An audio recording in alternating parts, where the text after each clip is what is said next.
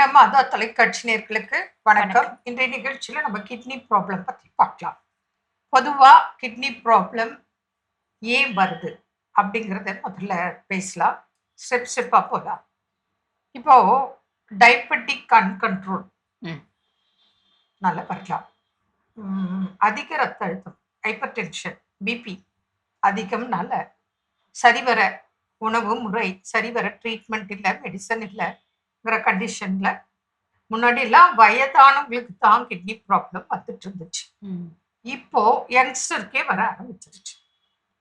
முன்பு ஒரு 30 ஆண்டுகள் டயபெட்டிக் பேஷண்ட் அவருக்கு வந்துச்சு. இப்போ ம். அப்படி இல்ல. ஒரு 2, 3 இயர்ஸா தான் டயபெட்டிக், அவங்களுக்கே 2 வருது. இயர்ஸா தான் ஹைப்பர் டென்ஷன். அவங்களுக்கே இன்னைக்கு கிட்னி ப்ராப்ளம் வர்றதுக்கு பாதிப்பு ஏற்பட்டு இன்னைக்கு மக்கள் கஷ்டப்படுறாங்க. ம்.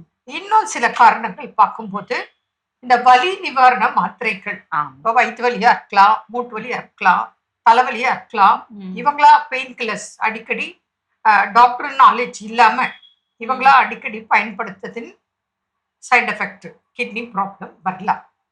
பிறவிலேயே சிலருக்கு கிட்னி ப்ராப்ளம் இருந்திருக்கும். ம். ஆஹ் அதாவது அதுக்கு தான் ரெகுலரா ஸ்கேன் பண்ணணும். ஒரு அம்மா கருவுற்று இருக்கான்னா அந்த ஸ்கேன் பண்ணணும். அந்த கரு வளர்ச்சி எப்படி இருக்கு, ம். என்ன பாதிப்பு இல்லாம இருக்கா, அப்படியெல்லாம் பார்க்கணும். முன்பெல்லாம் ஸ்கேன் பண்ணணும்னா பயந்த காலம் உண்டு. ம். வீட்ல பெரியவங்க பாட்டி எல்லாம் சொல்லுவாங்க, அதெல்லாம் ஒண்ணும் இல்ல, ஒண்ணும் பார்க்க கூடாது அப்படின்னு. ஏன்னா அவங்களுக்கு அறியாமை. ம். அப்போ அப்படி இருந்தாங்க, இப்போ அப்படி இல்ல. நீங்க கரெக்டா பார்க்கணும். பார்க்கும்போதே உங்களுக்கு கன்சீவ் ஆன டைம்லயே உங்களுக்கு சொல்லுவாங்க, குழந்தையோட ஹார்ட் ப்ராப்ளம் இப்படி இருக்கு, கரெக்ட். கிட்னி வளர்ச்சி இல்லாம இருக்கு, மூளை வளர்ச்சி இல்லாம இருக்கு, இப்படி குறைபாடுகளை சொல்லுவாங்க. அதனால தான் இந்த குழந்தை வேண்டான்னு கூட சொல்லுவாங்க. ம். ஆனா இன்றைய காலகட்டத்துல ஃபர்ஸ்ட் லேட் மேரேஜ், ம்.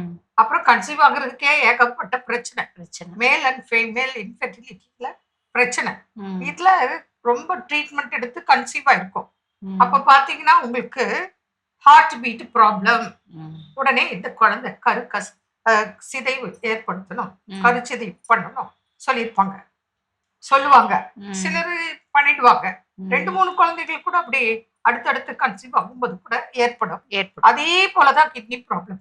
ம். உங்களுக்கு அந்த குழந்தையோட கிட்னி சின்னதா இருக்கு, ம். வளரல, இந்த குழந்தை வேண்டாம், நாளைக்கு பிறந்தா இது கிட்னி ப்ராப்ளத்தோட தான் பிறக்கும் அப்படின்னு இவங்க என்ன பண்றாங்க, பலர் கேட்டுக்கிறாங்க. யாரோ சிலர் இப்ப நம்ம கிட்டயே அந்த பேஷண்ட் வந்திருக்காங்க. ம். எப்படின்னா இவங்களுக்கு கல்யாணமாகி பல ஆண்டுகள் ஆயிடுச்சு, ம். வயதாகுது, ம். அப்புறம் ட்ரீட்மெண்ட் எடுத்து கன்சீவ் ஆயிருக்காங்க. கன்சீவ் ஆன உடனே அப்பவே அந்த குழந்தைக்கு கிட்னி வளர்ச்சி கம்மி சொல்லியிருக்காங்க. ம். இவங்க இல்ல இல்ல, அது கிட்னி சின்னதா இருந்தா கூட பரவாயில்ல, எங்களுக்கு குழந்தைன்னு ஒண்ணு வேணும்ன்ற அந்த ஆர்வத்துல குழந்தை பெற்றுக்கிட்டாங்க. ஓ. அந்த குழந்தைக்கு 4 வயசுல தான் இவங்களுக்கு தெரிய ஆரம்பிக்குது ம். ப்ராப்ளம். ம். அந்த ரிப்போர்ட்டோட வராங்க.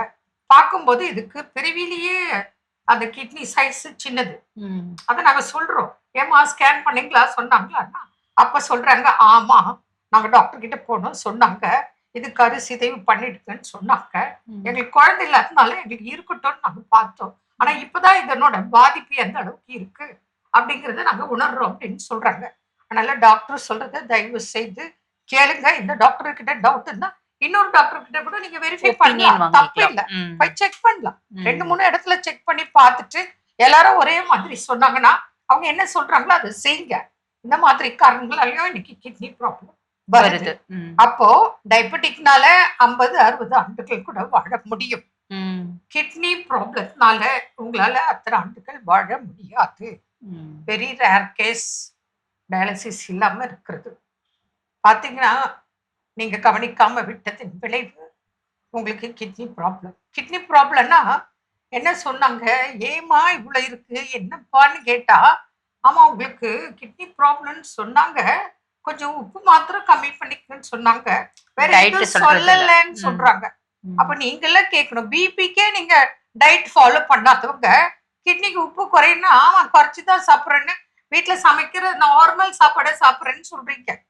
இங்கத்தான் ரொம்ப கவனிக்கணும். அதனால கிட்னி ப்ராப்ளம் இருந்தால் நீங்க கிரியேட்டினைன் செக் பண்ணோம், யூரியா செக் பண்ணோம், யூரிக் ஆசிட் செக் பண்ணோம், அப்புறம் இது ஹீமோகுளோபின் செக் பண்ணோம், இஜிஎஃப்ஆர் செக் பண்ணோம். இஜிஎஃப்ஆர் குறையக்கூடாது, ஹீமோகுளோபின் குறையக்கூடாது. புரியுதுங்களா? ஆனா இது குறையும். யூரியா, கிரியேட்டினைன், யூரிக் ஆசிட் அதிகமாகும். அப்போ உங்களுக்கு கிட்னி ப்ராப்ளம் கன்ஃபார்ம் பண்ணலாம். மீண்டும் இதன் தொடர்ச்சி நாளை நம்ம பேசலாம்.